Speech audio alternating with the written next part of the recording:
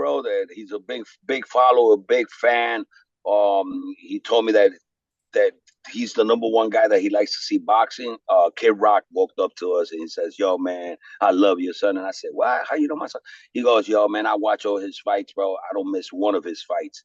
Man, this kid could fucking fight, bro. This kid has something special in him." And he's hugging my son, taking pictures with my son. He walked up all the way to the front just to take pictures with my son. So, when I see things like that, bro, it makes me happy. I don't care what anybody says. This social media shit, bro. I'm glad that it's happened, because it makes us want to fight, these big fights, because there's no other ways, bro. Like, we never was raised with no Hall of Famers or no boxing stars or nothing like that. We came up through just me talking and him making it happening, That's how we got up here. Without no, bro, that's almost like impossible to do nowadays. Impossible. Nobody else has done it like this. Yeah. So we came into the sport of boxing without nobody even knowing who the hell he was, because of all the corruption in amateurs, And but I always knew, and I told him, bro, listen, I even called it. Like when his seventh fight, I said, my son is gonna be world champion in 15 fights, and then he's gonna undispute all the belts when he beat the shit out of Lomachenko in the 16th fight. Bro, it happened just like that, bro.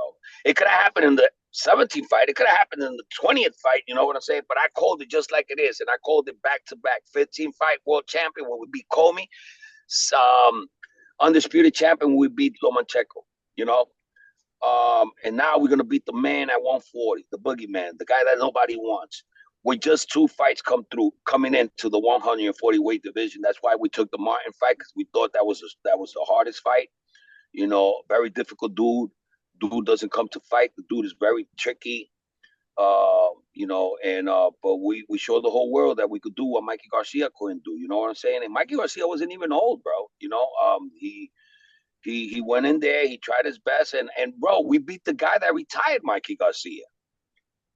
So I give props to my son for that. And right now we're ready for this fight. I want Josh Taylor to take this fight lightly. I want him. He's gonna knock us out in the 6th or 8th round. That's what he's saying. So let's see. Let's make it happen. So, we have this other guy here that your son and him had a lot of tension at the 135 division.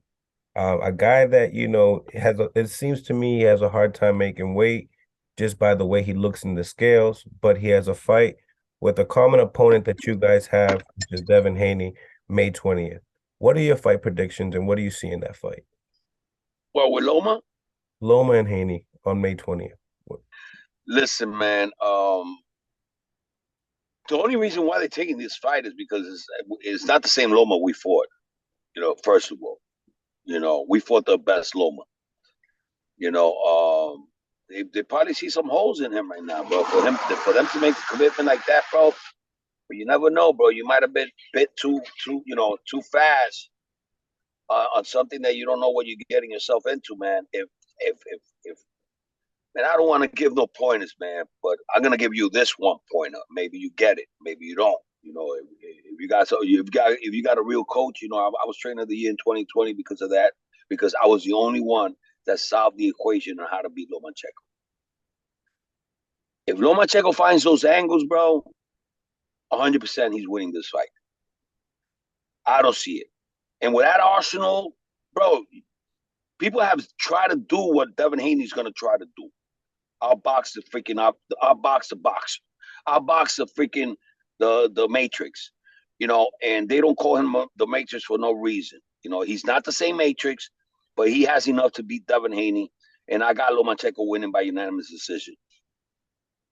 Do you believe that to be able to win a fight against Lomachenko, you have to have a certain amount of Listen, if we firepower? get a little bit close, like let's say a 7-10 of the Lomachenko that we fought, let's say we fought a 10.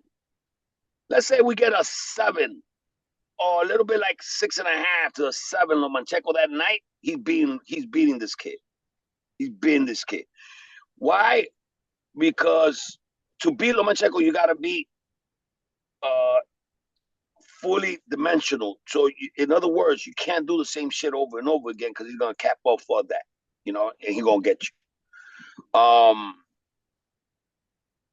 think Lomachenko really wants this. It vindicates himself back into the sport, getting all those belts.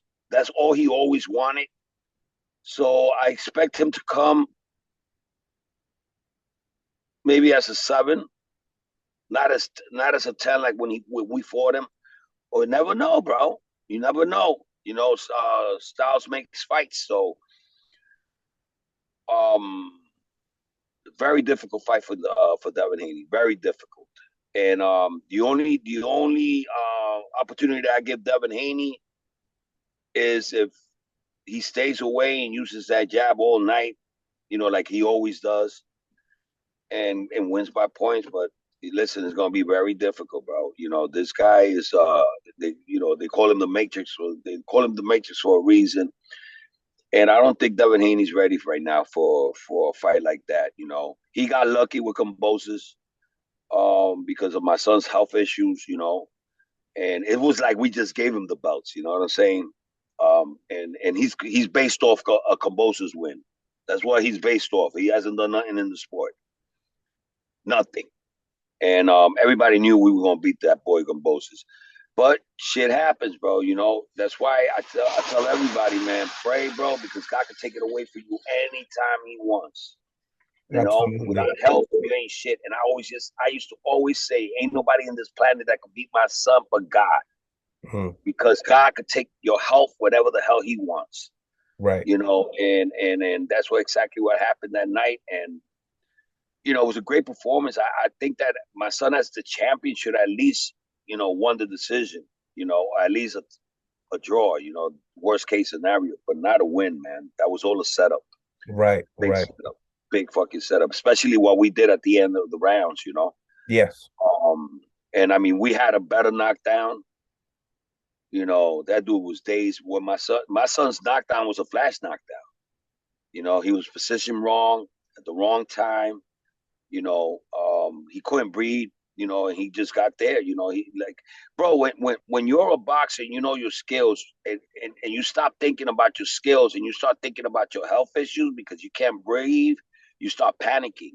Yeah, you're And, mental. and that's exactly, so mentally you're not there to fight, so you're gonna let your guard down, Right. and that's what happened to my son. But I don't gotta explain that to nobody, bro.